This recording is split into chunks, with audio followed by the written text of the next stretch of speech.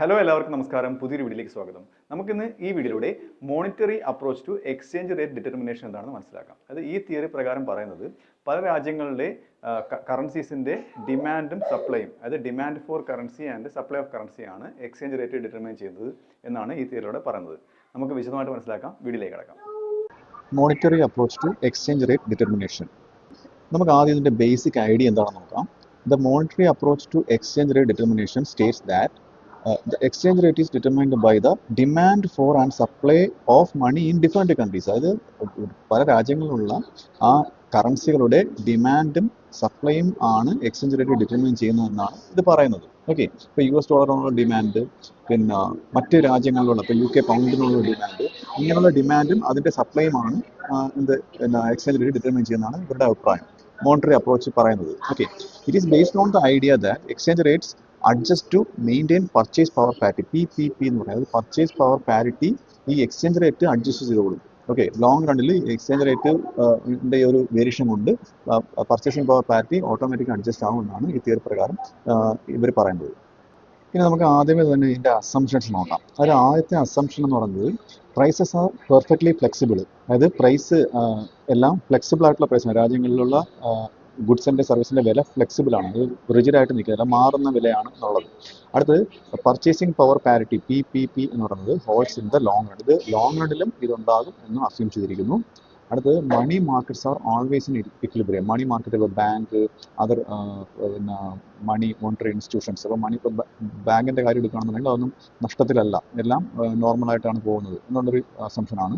അടുത്തത് capital is highly mobile across countries. അതായത് രാജ്യങ്ങൾക്കുടനീളം അങ്ങോട്ടും ഇങ്ങോട്ടും ക്യാപിറ്റൽ മൂവ് ചെയ്യാം. അതായത് ഇന്ത്യക്ക് US ഇൻവെസ്റ്റ് ചെയ്യാം, US മറ്റു രാജ്യങ്ങളിൽ ഇൻവെസ്റ്റ് ചെയ്യാം, ഇങ്ങനെയുള്ളൊരു അസംഷൻ ഉണ്ട്.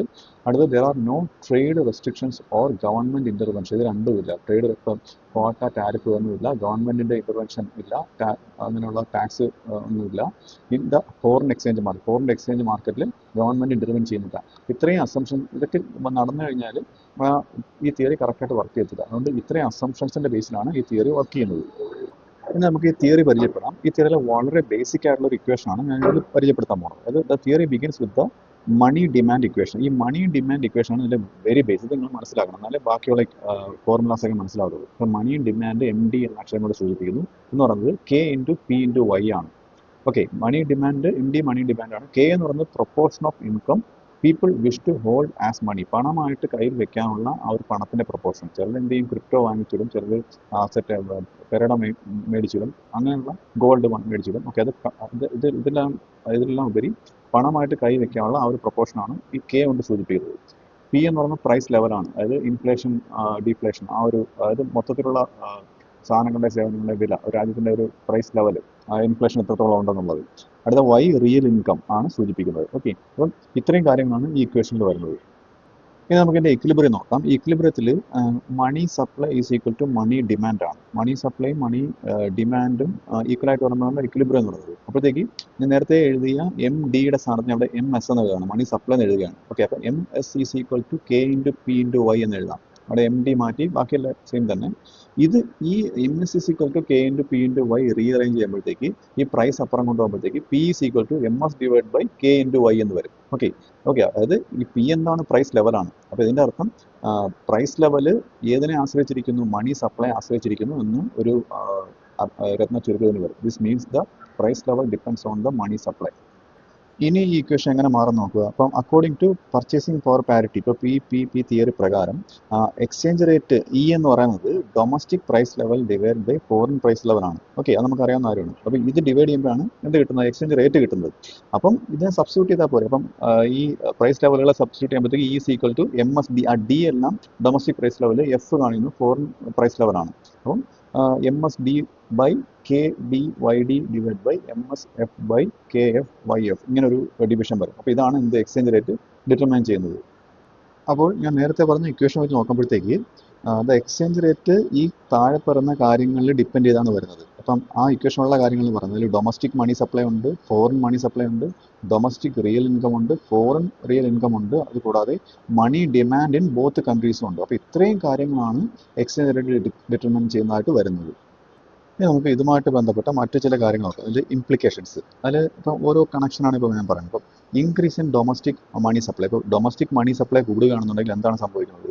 ഡൊമസ്റ്റിക് പ്രൈസ് കൂടും. അത് മനസ്സിലായില്ല. അപ്പോൾ ഒരു രാജ്യത്ത് ഇപ്പം ഒരുപാട് മണി സപ്ലൈ ഉണ്ടാകും, എല്ലാവരുടെ കയ്യിലും പണം, അപ്പോഴത്തേക്ക് സാധനങ്ങൾക്ക് വില കൂടും. അപ്പം ഡൊമസ്റ്റിക് കറൻസി ഡിപ്രീഷിയേറ്റ് ചെയ്യും. അപ്പം ഡൊമസ്റ്റിക് കറൻസിയുടെ വാല്യൂ അവിടെ കുറയും.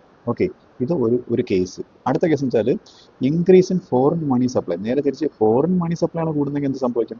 ഫോറിൻ പ്രൈസ് കൂടും അല്ലേ? ഫോറിൻ പ്രൈസ് കൂടുമ്പോഴത്തേക്ക് ഫോറിൻ കറൻസിയാണ് അവിടെ ഡിപ്രീഷിയേറ്റ് ആവുന്നത്. അപ്പോൾ ഡൊമസ്റ്റിക് കറൻസി അപ്രീഷിയേറ്റ് ആവുകയാണ് ചെയ്യുന്നത്. ഇങ്ങനെ ഒരു വ്യത്യാസം അവിടെ വരും. അടുത്തത് increase in domestic real income. അതായത് ഡൊമസ്റ്റിക്കിലുള്ള ആൾക്കാരുടെ റിയൽ ഇൻകം കൂടിക്കഴിഞ്ഞാൽ സാധനങ്ങൾക്കും സേവനങ്ങൾക്കും എന്ത് ചെയ്യും? ഹയർ ഡിമാൻഡ് വരും. ഹയർ ഡിമാൻഡ് ഫോർ മണി വരും. അപ്പോൾ ഡൊമസ്റ്റിക് പ്രൈസ് അവിടെ കുറയും. ഓക്കെ, ഡൊമസ്റ്റിക് പ്രൈസ് കുറയും.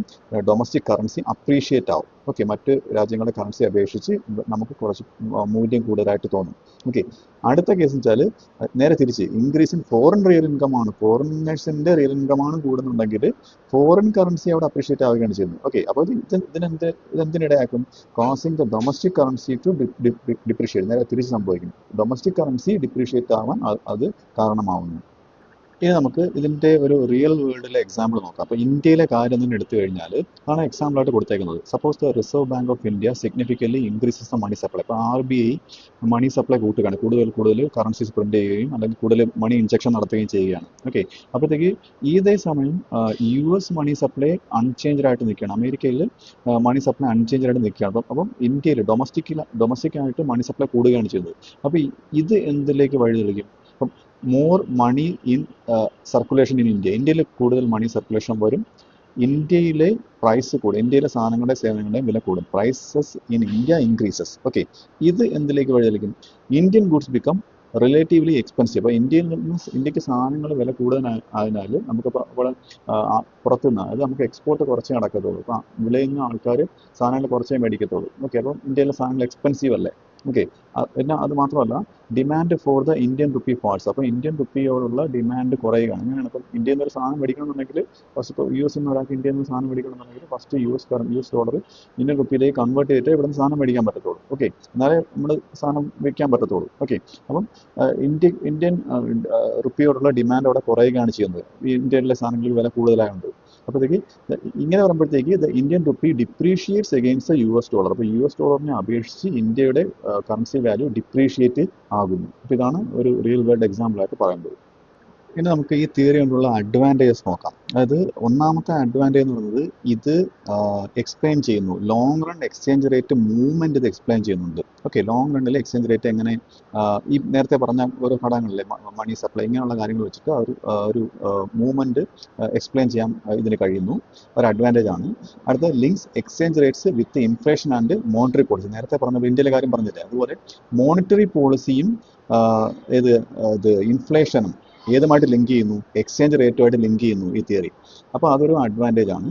അടുത്തത് useful for understanding the impact of changes in money supply. അതായത് മണി സപ്ലൈയിൽ ഉണ്ടാകുന്ന ചേഞ്ച് അത് ഒരു എക്കണോമിയിൽ എത്ര ഇമ്പാക്റ്റ് ഉണ്ടാക്കുന്നു എന്ന് മനസ്സിലാക്കി കൊടുക്കുന്നതിന് ഈ തിയറി സഹായിക്കുന്നു. അപ്പോൾ ഇതൊക്കെ ഇതിൻ്റെ അഡ്വാൻറ്റേജ് ആയിട്ട് പറയേണ്ട കാര്യങ്ങളാണ്. ഇനി നമുക്ക് ഈ തിയറിയുടെ ലിമിറ്റേഷൻസ് നോക്കാം. അത് അഡ്വാൻറ്റേജ് പോലെ തന്നെ ഇതിൽ ലിമിറ്റേഷൻസ് ഉണ്ട്. അതിൽ ആദ്യത്തെ ലിമിറ്റേഷൻ എന്ന് പറയുന്നത് ഇത് അസ്യൂം ചെയ്യുന്നു PPP, അതായത് പർച്ചേസിംഗ് പവർ പാരിറ്റി എപ്പോഴും ഹോൾഡ് ചെയ്യുന്നു എന്ന് അസ്യൂം ചെയ്യുന്നു. Which is often unrealistic in the short run. Short റണ്ണിൽ ഇത് അൺറിയലിസ്റ്റിക് ആണ്. അതൊരു ലിമിറ്റേഷൻ ആയിട്ടാണ് പറയുന്നത്. അടുത്തത് ഇഗ്നോർസ് ക്യാപിറ്റൽ ഫ്ലോസ്. അത് ക്യാപിറ്റൽ ഫ്ലോ, രാജ്യങ്ങളുടെ ഇടയിലുള്ള ക്യാപിറ്റൽ ഫ്ലോ ഇഗ്നോർ ചെയ്യുന്നു. സ്പെക്കുലേഷൻ്റെ കാര്യങ്ങളൊക്കെ ഇഗ്നോർ ചെയ്യുന്നു. സ്പെക്കുലേറ്റ് വെച്ചിട്ട് ഒരുപാട് ആൾക്കാർ ട്രേഡ് നടത്തുന്നുണ്ട് എക്സ്ചേഞ്ച് റേറ്റിൻ്റെ. അപ്പോൾ അതൊക്കെ എക്സ്ചേഞ്ച് റേറ്റിന് അഫക്റ്റ് ആവുന്ന കാര്യങ്ങളാണ്. അത് ഇഗ്നോർ ചെയ്യുന്നു. അതിൻ്റെ മാർക്കറ്റ് എക്സ്പെക്ടേഷൻസ് ഇങ്ങനെയുള്ള കാര്യങ്ങൾ ഇഗ്നോർ ചെയ്യുന്നത് ഈ തിയറിയുടെ ഒരു പോരായ്മയാണ്. അടുത്തത് does not explain short time exchange rate fluctuations. അതായത് ഷോർട്ട് ടൈം ആയിട്ട് എക്സ്ചേഞ്ച് റേറ്റ് ഉണ്ടാകുന്ന മാറ്റങ്ങൾ അത് എക്സ്പ്ലെയിൻ ചെയ്യുന്നില്ല. ലോങ് റണ്ണിലെ കാര്യമാണ് കൂടുതലും പറയുന്നത്.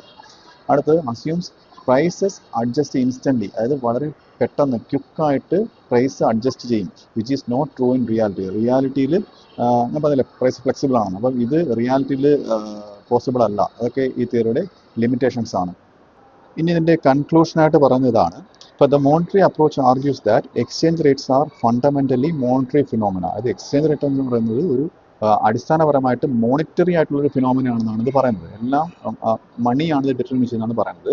Countries with higher growth in money supply, നേരത്തെ പറഞ്ഞില്ലേ മണി സപ്ലൈ, രാജ്യങ്ങളുടെ മണി സപ്ലൈ കൂടിക്കഴിഞ്ഞാൽ tend to experience higher inflation, അവിടെ ഹയർ ഇൻഫ്ലേഷൻ ഉണ്ടാകും ആൻഡ് കറൻസി ഡിപ്രീസിയേഷനും ഉണ്ടാകും. Okay, while countries with stable money monetary policy ആണെന്നുണ്ടോ, ഇപ്പം മോണിറ്ററി പോളിസി സ്റ്റേബിൾ ആയിട്ടുള്ള ഒരു കൺട്രി ആണെന്നുണ്ടെങ്കിൽ generally have stronger currencies over the long run. Long റണ്ണിൽ സ്ട്രോങ് ആയിട്ടുള്ള കറൻസി ആയിരിക്കും ഉണ്ടാവുക.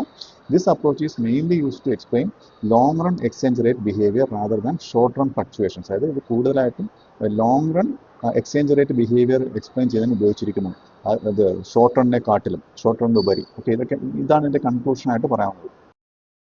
അപ്പോൾ ഈ വീഡിയോ നിങ്ങൾക്ക് മനസ്സിലായെന്ന് വിശ്വസിക്കുന്നു. അടുത്ത വീഡിയോയിലെ മറ്റൊരു വിഷയമായി വീണ്ടും കാണാം.